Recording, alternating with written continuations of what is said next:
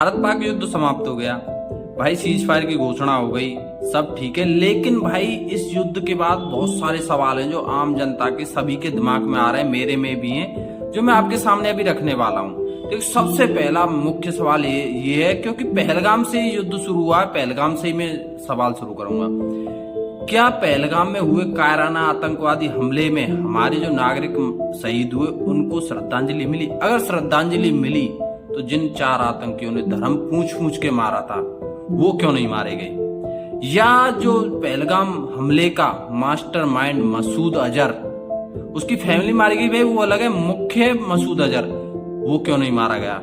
मुंबई हमले का मास्टरमाइंड हाफिज सईद, वो क्यों नहीं मारा गया? तो असली श्रद्धांजलि तो भाई जब होती जब ये लोग भी मारे जाते। दूसरा सवाल ये, क्या पीओके सिर्फ चुनावी भाषण है? असलियत में ये कभी भारत का नहीं हुआ। अगर ऐसा होना था तो इससे अच्छा मौका नहीं था, क्योंकि भारत पाकिस्तान पर हावी हो रहा था। उधर बलूच वालों ने, बलूचिस्तान की आर्मी ने उन पे हमला कर दिया। उधर पाकिस्तान में गृह युद्ध की स्थिति आ गई थी, क्योंकि इमरान समर्थक जो है आर्मी से भी भिड़ रहे थे, पुलिस से भी, और सारे देश में 2 गुटों में बट हो गए थे। वहां भी विद्रोह की स्थिति आ गई थी। फिर ये भारत ने जो सीज फायर क्यों किया, इसका समर्थन क्यों किया? ये मौका था क्या? ये मौका नहीं था 56 इंच का दम दिखाने का?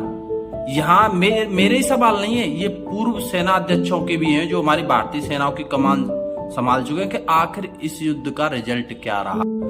और तीसरा और सबसे जरूरी सवाल, क्या भारत पर अब कोई आतंकवादी हमला नहीं होगा? इसका जवाब मुझे भी पता है, आप सभी को भी पता है कि ऐसा कभी नहीं हो सकता कि पाकिस्तान सुधर जाए और पाकिस्तान की तरफ से भारत पर आतंकवादी हमले ना हो, क्योंकि मसूद अजहर और हाफिज सईद ने ये धमकी दी है कि हम अब की बार और बड़ा पलटवार करेंगे और फिर बड़ा हमला करेंगे। तो क्या हम फिर एक पहलगाम या फिर से मुंबई या जो भी हो उरी जैसे हमलों का इंतजार कर रहे हैं? क्योंकि बड़े बड़े आतंकवादी हमलों के मास्टरमाइंड मसूद अजहर और हाफिज सईद जिंदा हैं। इन्होंने दोनों ने कहा है कि हम बदला लेंगे।